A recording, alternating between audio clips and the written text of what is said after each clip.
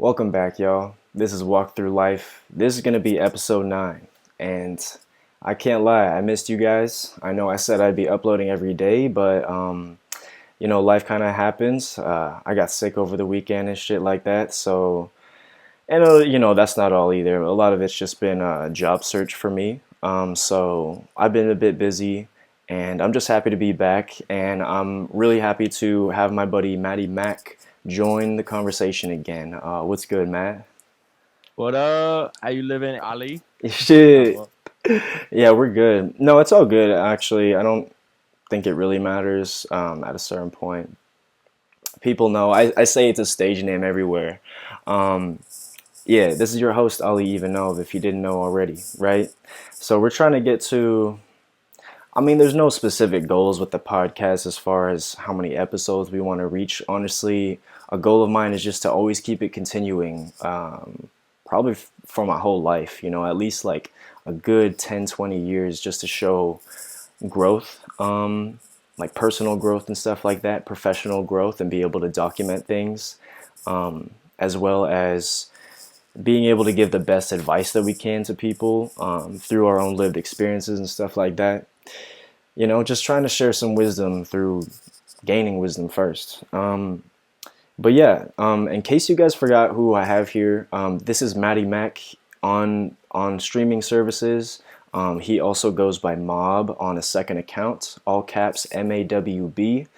So definitely go make sure to check out his music if you have the time at some point, because I love his music. I love making music with this man, and yeah, it's worth the time in my opinion.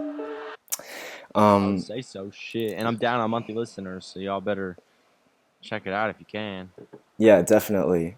And like one goal of mine, I've still been writing music this whole time. I haven't really stopped, but I have to say that some of the inspiration that I got was from having people kind of in my life, uh, like on a regular basis, wanting to make songs with me. And not saying that you haven't wanted to, but we've both just been really busy. And I also had Caden in Spokane to just come over, and we would just get in a rhythm and knock out songs like maybe one, two, three in one session. So that was really fun. And so kind of the challenge that comes with being on your own again is to create that inspiration for yourself. So I'd probably say I'm taking a bit of a break, like a soft break from it, just to, like re-inspire myself, and especially when I'm on a positive trajectory again with, just making money again, having that job, and just, the goals that I want to hit. So something I wanted to touch on in this video, and just kind of a lot of it is reiteration, but I'd say the top 3 most important things for me right now as far as purchases go is number 1, a 1-bedroom apartment or studio for myself, because I'm not trying to have roommates anymore. I feel like that's college shit. And I don't know, if I meet somebody that's down and we can both save money, then sure, I could see myself getting in like a 2-bedroom apartment. So that's one. And number 2, I'd say, is a vehicle, definitely a car or a bike. And we'll get into bikes later because Matt is really into bikes and he knows a lot more about them than I do. And he's actually able to give some solid advice there. And I might be able to save some money over buying a car. And then, Definitely. you're right. And then, so number 3, for me personally, like, this is kind of a reach, but something I still really want to achieve as soon as possible is to be able to buy myself a PC. And I'll most likely buy a pre-build, although I know that there's a lot more like love and care that goes into building your own, but I also know it's very time consuming. And oh, I think Dylan said he might be able to like help me build it and then send it to me or something like that. I'm not sure exactly, but we'll get into that as as my funds continue to stack closer to that. So that's probably in that order. What I'm looking for. This job that I just recently got and I'm starting like tomorrow is very driving intensive, which is I'm like, I'll be honest, I'm borrowing my mom's car to get to work and stuff, so it would only be like her old car. It would only be, more of a burden on them if I'm driving it all over the state, you know what I'm saying, to get to these neighborhoods where I'm just doing, What was that job? bro, this job is, so it's called Element Consulting Group, LLC, and they're a branch of they've just partnered with several companies who they call their clients in order to expand their market in places that haven't really been hit yet in Phoenix specifically. So they're partnered with ADT, which is a home security system company. That's gonna be my campaign. I'm just working strictly with ADT. I'm gonna be going door to door, bro, for at least I want to say no longer than a month because they promote faster than it would just be with like a sales firm, which this isn't necessarily that. This is kind of a business development firm where they try to teach you to um, run your own business eventually, so they say. And so their other clients are like AT&T. What else? They have a couple other ones. There's one nonprofit called Child Help. Um, just gives back to the community and specifically helps children who are abused and malnourished all over That's the fire. world. So yeah, and it's no secret. It shouldn't be any secret to any of my viewers that I want to work in nonprofit as well. So I'm trying to work my way up to eventually. They say that once you reach a manager status there, which will take a lot of work and a bit of time, once you reach a manager status, then they will kind of grant you with your own LLC, like what's it called, like a jump start. And I asked them today in the onboarding if they would let me, they would approve a 501c instead of an LLC, and they said most likely yes.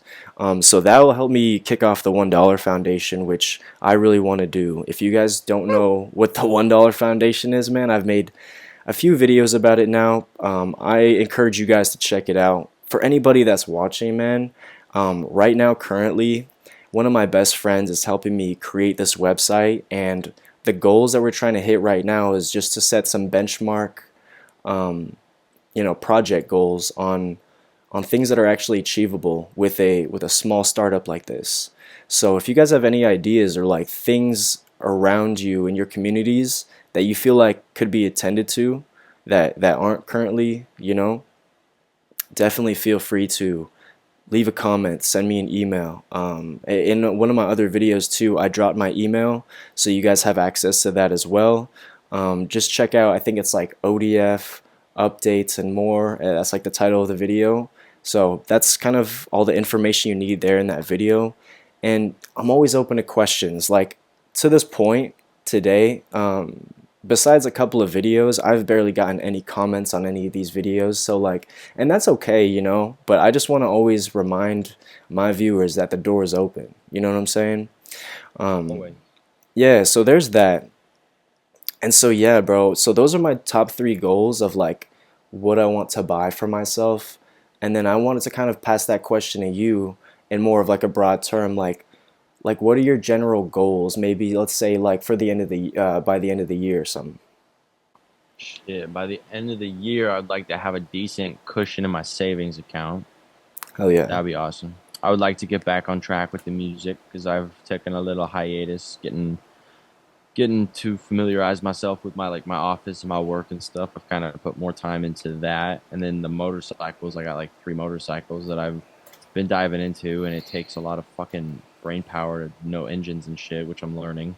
Mm-hmm. It's yeah, it's a lot. I and then I don't know. I'd like to just make my life more comfortable. I mean, I live a pretty comfortable life, but there's always room for improvement, right? I'd like to be more stable and more comfortable and confident in my like just life in general.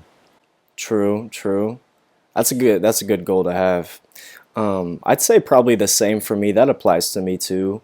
Living comfortably, as in, like I'm staying at my mom and dad's and stuff, which wouldn't be a problem if they weren't so kind of. We just have very different minds. We have very different outlooks on life, and there's a lot of reasons for that. But like for example, they're very against like smoking weed and stuff like that, which I understand. You know, it has its downfalls. You know, you might get memory loss over time. You might become a little bit more lazy, and your perception of your productivity is influenced by this substance, where you think that like you're working really hard, but in reality you might not have to work as hard. You're just making it like more of a challenge for yourself. So like, and I've realized that to be true in some cases, especially during school. But now I'm done with school, and now I just got work, so it's just like purely for recreational use and shit. So and I'm not even using, I'm not even smoking weed right now. So I can happily say that. Oh yeah, And same here. hell yeah, yeah. Oh yeah, you guys like fully quit. I'm really proud of you and Ethan, man.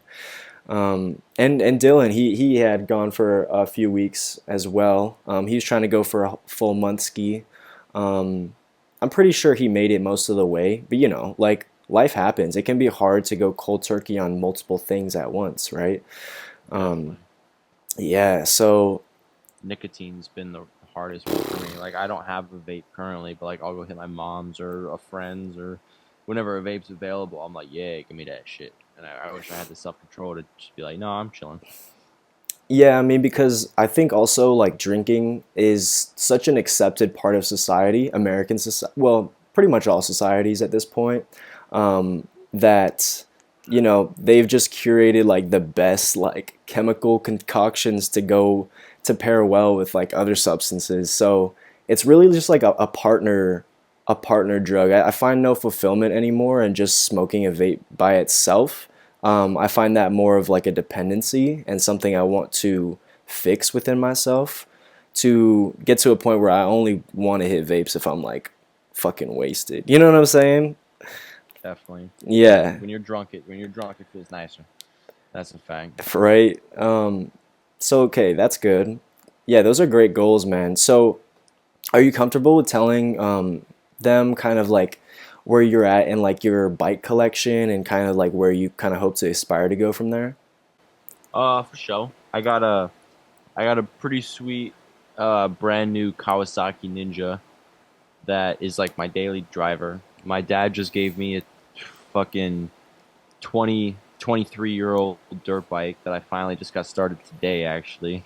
Took about a week's worth of work. He had it sitting in his basement for about 10 years, and I was like, here you go. Shipped it over, and it wasn't really running when I got it. So I You got that revived shit that working hoe. today. Yeah, you full on Literally. resuscitated that motherfucker.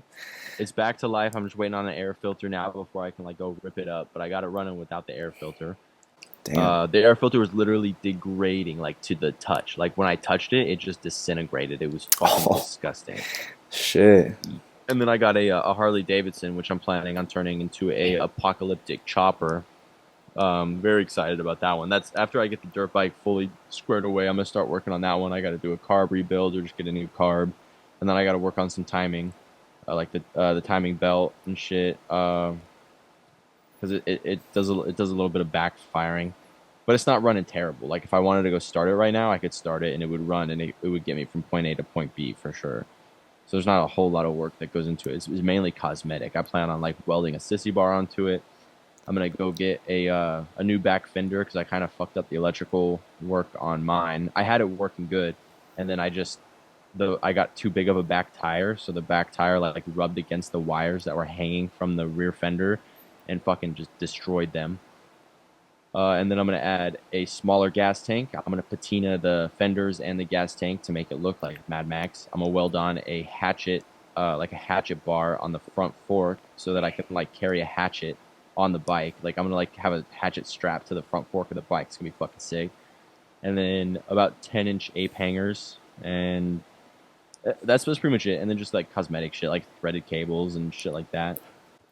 And that's crazy, bro. I could probably ask you what all that stuff means, but I just got a notification. I didn't realize this, by the way, that my I guess I have like a free Zoom account, so you can only do like I don't know 30-minute meetings or something. It's telling me I got 10 minutes left, so we got like 9 minutes left to talk. I'll let you know. Gotcha. It's just gonna end when it ends. So yeah, bro. So you have the Ninja, the dirt bike, and the Harley so far, right? Hmm. Man, Yeah, it's a nice collection so far. yeah, and it's like pretty versatile. It's not like three Harleys where it's like, okay, why do you need three Harleys, you know? But even with three No, Harleys, you definitely. could style them out in different ways. The post-apocalyptic, the classic, bro. I feel like if you had just like a classic Harley too, it'd be amazing. I see that for you too someday. Um, It's nice. I got the everyday, I got the project, and I got the dirt bike because you need to be able to get the fuck off road when you need to. yeah, man. And and yeah, we don't live too close together, but like I'm excited to go. I just at least see those and just like see you fire them up and just like it's gonna be amazing. So if you guys don't know too, I'll remind you because we've talked about this in a previous walk through life episode too. But we've made some music together, and I've always had thoughts of like doing music videos together in person and just hiring somebody who's really good with the video and somebody who can edit really well too, and just go to our roots and go to the things that we love to do the most. Like I do love to drive, like late at night when the roads are open and stuff, and I got my music playing and stuff like that. Like that's my vibe. Definitely. And then for you, you could ride any time of the day or night, and like preferably probably during the day, just like cruising down the street.